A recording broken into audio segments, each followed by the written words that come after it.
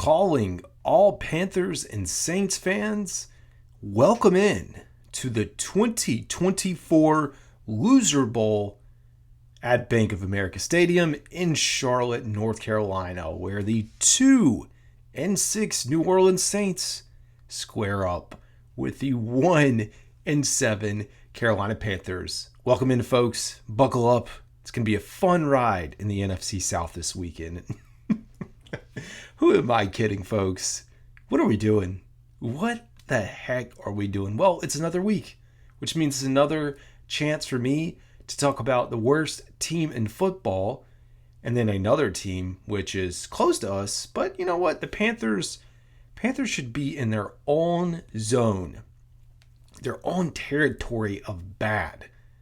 There's the rest of the league, and then there's the Carolina Panthers bad. If there was ever a way for this team to relegate, go somewhere else, whatever it is, like, hey, they're doing everything in their minds to make sure that that's possible. If it was possible, I got to tell you, I don't remember the play, but I think there's a play out there about trying to write a bad play and it becomes a hit. That's what the Carolina Panthers are. It's like, I don't know if you came in here today, you bought this NFL franchise and tried to run it into the ground, if you could do this worse than what we have seen since Tepper has taken over this team. It is atrocious. So here's my proposal. All jokes aside, let's get serious. I need you to lock in right here. So what we're going to do is have the entire country write in David Tepper for president. And hear me out. If he is focused solely on being the president of the United States, there's got to be some conflicts of interest to where he cannot own an NFL team. There's no way he's going to be able to manage an NFL team. He's going to be too busy. So he's going to have to sell the team. And then Panthers fans will finally get the day that we wanted. A fresh start in Carolina. Is that too much to ask? It may be. But here we are. Week 9. Back to 1 o'clock kickoffs. It's been a few weeks here with some 405s, 425s. 425 Falcons, 405 Commanders, 405, or was it 425 against the Broncos? I don't know. It doesn't matter. The games are done, and I am so thankful to be back at 1 o'clock to let my misery come out of me then. Just be done early. Wrap. Just call it a day. Folks, we are going to talk about football. That's part of the show, but at this point, I've been doing this thing for 19, 20 months, and there's not a lot of winning football that I've been able to talk about, and I don't think we're going to see a lot of winning football the rest of the way, but on this particular Sunday, dare I use the words winnable game? Oh, no. I'm not calling this a winnable game. You're not going to force me to do it. New Orleans Saints opened as 6-point favorites, and they are now 7.5. I think was the latest line that I saw. 7.5, a 2-win football team. Now, maybe some of that is hedged on the fact that Carr could be back. But, folks, the Saints are 2-6, and you saw how bad they beat the Panthers in week 1. They beat the Panthers so bad, like they were part of the reason that Bryce Young was benched. It didn't take long. It wasn't the only game. Bryce played 2, but this was the first domino to fall.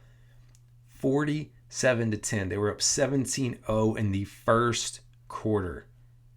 Ended up being 30-3 at the half. There were so many miscues, misfirings, terrible performance on special teams, block punts, return. Like, it was a freaking disaster. Bryce Young played terrible.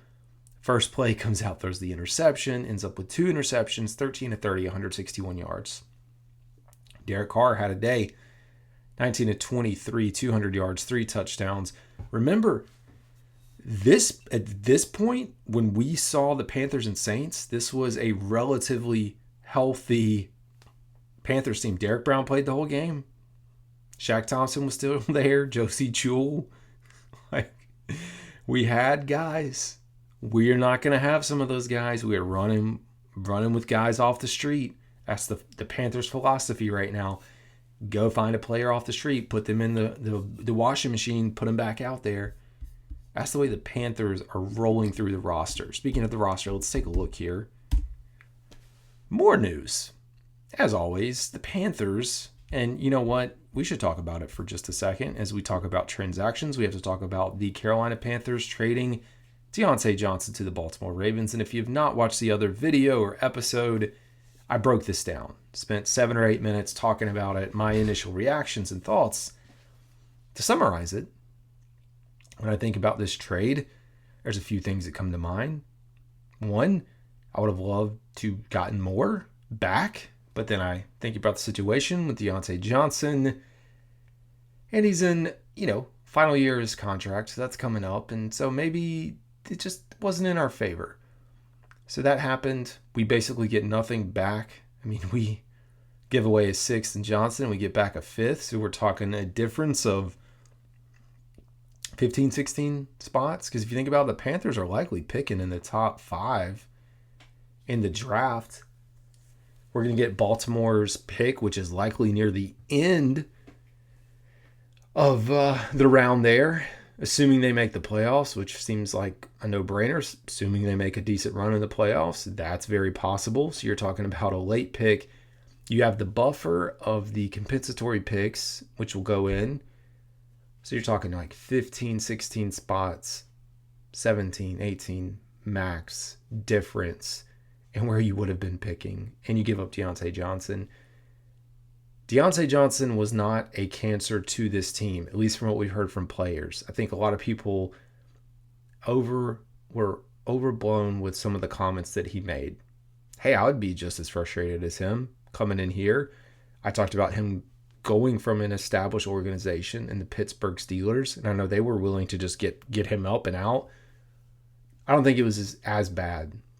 I think this says a lot more about Dave Canales as a head coach and his inability to manage the situation. You're never going to have 53 guys plus your practice squad plus your coaching staff, like every single person and player getting along. There's always going to be bumps in the road. Guys are just not going to see eye to eye in every situation. And as a head coach, as a leader of men, think about your work environment. You're not going to get along with everyone all the time. There's going to be conflict. You got to be able to resolve it and work together. I feel like the Panthers in this situation just decided to run. They talk about getting in Diontae Johnson. They put him in the Panthers blueprint offseason tape. He's going to be our number one wide receiver. Where are we going? He deserved to have some frustration early on. When you think about Bryce not getting him the ball, Bryce wasn't getting anybody the ball, to be honest. I think he boiled over, and then from there, I just don't know how Canales couldn't maintain it. And then you hear him come out today in the presser, speaking of Dave Canales, deferring all the questions to Dan Morgan and Brant Tillis, which is fine. He keeps referring us to them, or the media. Folks, we're not going to hear from them for at least a few weeks, possibly the bye week. Dunk on the Man called that out. Like, you're not going to hear from these guys. I said it's almost like, hey, I've got a complaint. Can I talk to your manager? And then someone says, oh, yeah, you can talk to the manager. Okay, well, how do I get in touch with them? Well, you need their phone number. Can you give me their phone? No, you can just talk to the manager. It's like an infinite loop just running in circles, which is what this team feels like. And am I calling for the firing of Dave Canales? No. Do I expect him to be fired? No.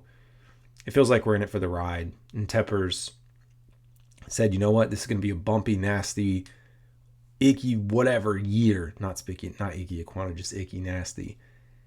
And we're going to let it ride. Now, you get to this thing and you are 1 win, which could be possible, 2 wins, maybe 3. There's no way to get into 5, I don't think.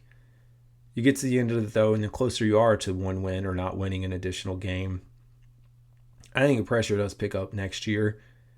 I mean, the league is so short right now in terms of patience, and especially Tepper. It wouldn't be surprising. I know I've gone on record saying that I don't believe Dave Canales is going to get fired this year, but it would not shock me. And I'm not going to be honest, I don't know that I would be mad if he did get fired. Only if there's a way that, like, bulletproof, you bring in Vrabel or Bill Belichick. You bring in a established leader of men that can coach a dang football team and figure out a way to win with what we have. There's so much talk and emphasis on the quarterback position and getting the quarterback right. I don't think Dave Canales has faith in Bryce Young. Like, no faith at all. We know Bryce Young is starting this week. Getting back on his feet. He saw the Saints in week 1. Gets to see a similar defense. Maybe he's learned. I can't tell you. He didn't look bad last week. I'm not going to say he looked good. But there were some bright spots for Bryce Young.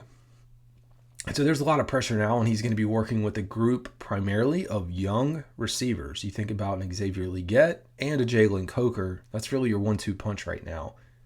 That is one of the upsides of trading away a Deontay Johnson, is you give young guys an opportunity to develop. That's all you can ask for. You also are going to have a David Moore, a Jonathan Mingo. Still would not be surprised to see Mingo. That's the thing. Like, I don't know the trade value of shipping off a Mingo. If you're getting that for Deontay Johnson, like, you're probably getting nothing for a Mingo. And it sucks, man. Mingo, it felt like coming into this preseason, I talked about it, we talked about it, we heard it. Everyone put the writing on the wall. Oh, Mingo looks so good. And we get here. And Mingo does not look so good. He is struggling out there. So we wait to hear if Adam Thielen is going to be healthy, if he's going to be available. Maybe. I know he's working his way back in here. Does he get traded? His name will still pop up. Bryce Young, it seems, would be safe. I don't know how you can start a guy Sunday unless he just bombs and not keep him. And then, of course, you're traveling to Germany. So logistically, you got to keep that in mind. Like, are you really going to roll over to Germany with Andy Dalton, Plummer as your guys? Jack Plummer, Andy Dalton, going over to Germany. And I'm sure Andy's hand should be better by then. Like, he would be available to start. But I will say this, at least Dave Canales is giving Bryce another chance against a weaker opponent. You know, Andy looked good against the Raiders. Raiders are a bad football team. Against good defenses, Andy Dalton has not looked good. He's made some dumb mistakes, and he's made mistakes that Bryce Young could make. I'll continue to say, if you're a Panthers fan, you should want to see Bryce Young succeed. That doesn't mean he's going to succeed, but you should hope that this guy figures it out. Hey, wouldn't that be nice? We're in for a fun matchup, man. We really are. I guess. I don't know. There's not going to be many people watching. Attendance likely down, continuing to be down. Big weekend for the Carolina Panthers is, hey, we get closer to the bye week. That's what I'm looking forward to be honest. There's a little bit of positive news. Jonathan Brooks is working his way back. Like, we are getting very close to the possibility of having him back, which, like, to me would be some of the best news for this team. He was a full participant at practice today. It sounds like he's going to get a full week. That doesn't guarantee that he will be activated and available to play. If you follow Joe Person of The Athletic, we talked about his window. Technically, he would not have to be activated this weekend. It's next week in the 21 days. I guess it'd be like Tuesday or Wednesday.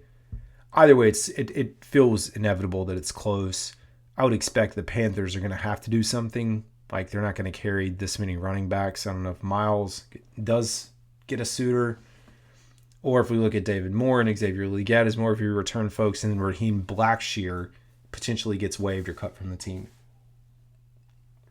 And then maybe signed back to the practice squad. Looking over at who did not participate today for the Panthers, Jadeveon Clowney. He's another one. When you talk about players and availability, considering what we've gotten for him, I love him, and I love the Carolina connection and being here, but is it time for him? Do we shop him? I mean, if you're doing a full fire sale rebuild, you got to look at everything that is an asset that couldn't be given away to get something in return.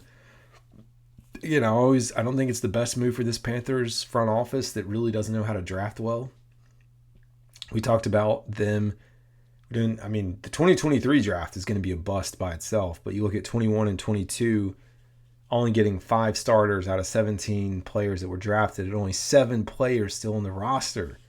And a lot of guys not even on NFL rosters bouncing around right now. That's how bad it was. So Jadeveon Clowney did not participate. Ike Ekwonu, Felipe Franks, battling the concussion. Josie Jewell, he just had a rest day. DJ Johnson, his ankle. Ashawn Robinson had a rest day. Jamie Robinson with a knee. Tommy Tremble with his back. Adam Thielen was limited, so again, hope that he can get back soon. Jonathan Brooks, full participant, like I said. Jaden Crumedy, draft pick that we really haven't been able to. He's kind of been lost in the mix of everything that's happened. But you have Jaden Crumedy. Andy Dalton was full participant. Jordan Fuller, full participant as well. Josh Neisman, full. And our man, DJ Wonnum. Glad to have DJ back. Folks who don't know or follow closely, we had a setback on some of the injury stuff that happened. Well, it turns out it was related to blood clots, which is very serious. And so glad to have him healthy and back and available. I'm recording this on Wednesday, so looking across the board at the New Orleans Saints, we have Marshawn Lattimore, who did not participate, Tyrann Mathieu, Bub Means, Kendre Miller, Rico Payton, Cedric Wilson Jr. Those are your did not participate. Limited was Carr, Juwan Johnson, Alvin Kamara. Alvin Kamara getting his contract. Good for him, too, as much as I hate the Saints. Khalid McKinstry, Nick Saldivari, and Jamal Williams, limited. And then 2 full participants in Shane Lemieux and Nefi Sewell. Gosh, sorry, names are. I feel like I need a pronunciation help with a lot of these things. Panthers schedule. Here we go. Now I am going to get back to the transactions in a second. Lost to the Saints, we know. Lost to the Chargers. Won against the Raiders. All that felt great. We're 1-2. Lost to the Bengals. Tough fought game. Destroyed by the Bears. Close with the Falcons. Falcons pulled away. Washington destroyed us. Denver took it to us. That's where we've been. Looking across at the Saints, they opened up and they looked great, right? They blow us out, 47-10. Blow out the Cowboys, 44-19. Oh man, this team is legit. I remember telling people that. And then they go on a losing streak. Tough fought game. Lost to the Falcons 15-12. Lost to the Eagles 15-12. Lost to the Falcons 26-24. Close game as well. Competitive game against the Chiefs 26-13. Bucks blew them out 51-27. Broncos also, which we saw that on the Thursday Night Football, 33-10.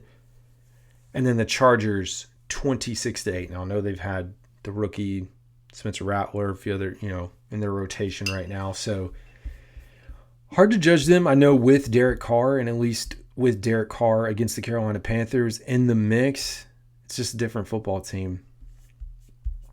ESPN matchup predictor is giving the Saints a 71.6% chance to win.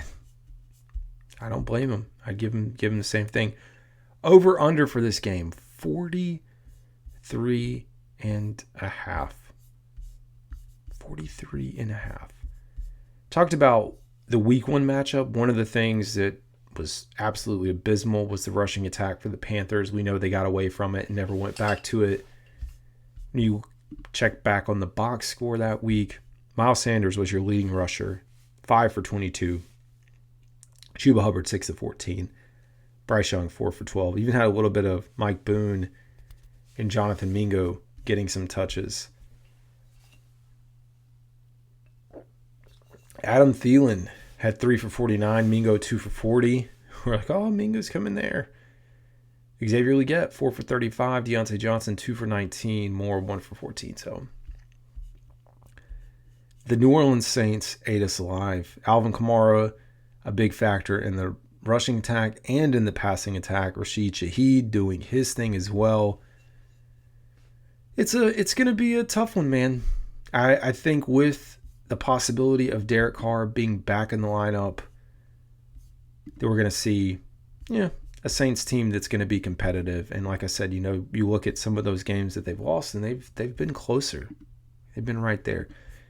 Hopping back over, as I promised, let's pull up the team and the transaction report for the Carolina Panthers, who continue to go through the poor man's shopping cart, trying to find any and everyone that's available.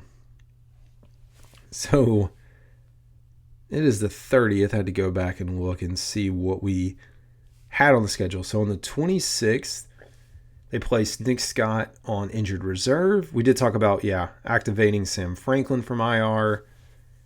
Good to have him back in the lineup. Signing Rush Yeast to the active roster from the practice squad, activated Caleb Farley, cornerback, and Jack Plummer. He was the elevation because Andy Dalton was hurt. Since the Deontay Johnson trade, yesterday the Panthers waived safety Russ Yeast. They signed Steven Sullivan, you remember, back to the practice squad. That's the tight end. They released linebacker Shaq Quarterman from the practice squad and signed wide receiver Dax Milne to the PS, practice squad. They continue to rotate wide receivers. Who needs a Deontay Johnson when you got a Dax Milne? No knock on Dax. It's not a knock on you, man. It is a mess in Carolina, folks. It is an absolute mess. Let's take a look at the team rankings heading into this week. We'll start with the New Orleans Saints offense. Points per game, they are 17th in the league, even without Carr, putting up 23.1 points, which is 17th. Guess what? They're going up against the worst defense in the league in the Carolina Panthers. Hey, improvement last week. Only 28 points. We are averaging 33.9 points per game. On pace to be the worst defense in NFL history as far as points allowed. Wouldn't surprise me if we get into rushing yards allowed and we're near the top of that as well. Yards per game, they're 21st on offense with 319. The Carolina Panthers, 31st, giving up 387. Makes a lot of sense. You're giving up a lot of points, giving up a lot of yards. Those things tie in together. 5.2 yards per play, which is 22nd. Carolina's given up 6 yards per play, which is 27th in the league. Their third down efficiency on offense is 38.84%, 17th. Panthers, though, on defense, giving up over 50%, 50.49%. The Panthers' third down percentage, and I saw this stat, I think the odds of converting a 2-point conversion this year in the NFL is 31%. The odds of the Panthers completing a third down conversion is 31.58%. Let that sink in. It is just as hard for the Panthers or the NFL to get a 2-point conversion as it is for the Panthers to get a third down. That is how bad. We're not worse in the league, though. We're only 30th. So maybe that's positive. Red zone scoring 66%, almost 67% in touchdowns scored when they get into the red zone, which is 5th in the league. And guess what? If you get into the red zone against the Panthers, you're scoring a touchdown. 71%. That's your odds to get a touchdown against the Panthers in the red zone, which is 31st. Terrible. The rushing attack for the New Orleans Saints. Let's see what we got here. 27 rushes per game, which is 15th in the league. Putting up 116 yards, which is 21st. We are giving up 154 on the ground. 154 rushing yards, 32nd in the NFL. And giving up 1.8, almost 2 rushing touchdowns per game. We are, which is last. I guess we can take a look at the offense for the Panthers, which, again, continues to drop. It felt good for a little bit. Felt like maybe they were putting something together. Points per game. 15.5. They're getting close to last year. 13-ish. You get in that range, yeah. Just 29th in the league, so we're not the worst offense. But we'll see Bryce Young this week, so we'll find out. The Saints are 25th, giving up 25.8 points per game. Yards per game, we're 29th, 281. But guess what? These Saints are worse. So they're number 32 in yards allowed, almost 400 yards per game, 392. Just a few more yards than us. Not bad. Also, worst defense in yards allowed per play, 6.1 to our 6. So, hey, we got some things going for us. Third down efficiency, I talked about the Panthers' third down efficiency or lack thereof because it's not very efficient at 31.5%. Saints have a decent third down defense, 37.89, about 38%. Just 18th in the league. We are 12th in the league in the red zone in scoring touchdowns. So if we get in the red zone, scored a touchdown, 57%. They're number 8 in touchdowns allowed, for only 44%. If you get in the red zone, you're likely kicking a field goal, getting a turnover, whatever it is. Yeah, and we're scoring right now, again, 1.8 touchdowns per game. Makes sense when number of points we're scoring. The rushing attack, yards per rush, 4.5 for us is number 12. And they're giving up 5.2, which is 31st in the league. To me, that doesn't seem right. Like, we are giving up so many yards, but only 4.5 yards per rush. And they're giving up 5.2 per carry. Positive news for Chuba Hubbard and potentially Jonathan Brooks. If back, that is, speaking of Brooks, maybe we can make some noise. Yards per game, we are 25th in the league at 104, and they are not far from us in yards. They're allowing on the rushing side 143.6. I guess the last stat that we can break down, passing attack for the Saints, we have 203 yards per game for them. It feels like passing is just down in the NFL, which is 19th. We're giving up 232, 25th. Let's see. Quarterback sacks is 7.55%, but you're going against the worst. That's the percentage of plays that they're sacked. You're going against the worst, one of the worst defenses as far as getting a sack. We're only ranked around 31 at 3.6% times that we're able to get a sack. It's bad, man. The pass rush is there. Maybe we get DJ Wonnum this week. We just can't manufacture any type of pressure with this team. Passing game for your Carolina Panthers, 5.7 yards per pass is 31st in the league. 177.9 yards passing, 30th. It's not good. One of the positives that we can talk about, even with the attrition in the offensive line, is the fact that our offensive line is able to keep guys on their feet. It's absolutely vital. One of the lone positives in this entire offseason for the Carolina Panthers. Big time. Panthers don't force turnovers. They did force 2 last game, both fumbles, actually really good hustle plays.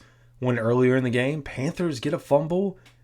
Bryce Young gets the ball. We go up 7-0. How many times have we started the game 7-0 or with a lead? Panthers look good for like a drive. Then it goes all downhill from there. And then you just want to turn off the TV by the second quarter or close to it. You're like, oh my gosh, this is it. College game, to me, I'm a big college football, and hey, we'll plug it. College football content coming here, primarily ACC football talk, but I'll say college football is just a little more exciting. And I know you have your blowouts, but the momentum, the moving the ball, the NFL, it's cut and dry. It's like, okay, I know when we get in this situation that, hey, they're going to stop us, unless you're the Panthers. That's just the ebb and flow of the game. It's a little bit different. So anyways, those are your stats for both teams. Now coming into this, you may wonder, as you analyze this game, do we think the Carolina Panthers can win? Am I going to predict them to win? No. Do I think there's a possibility that they could pull this off? Yes.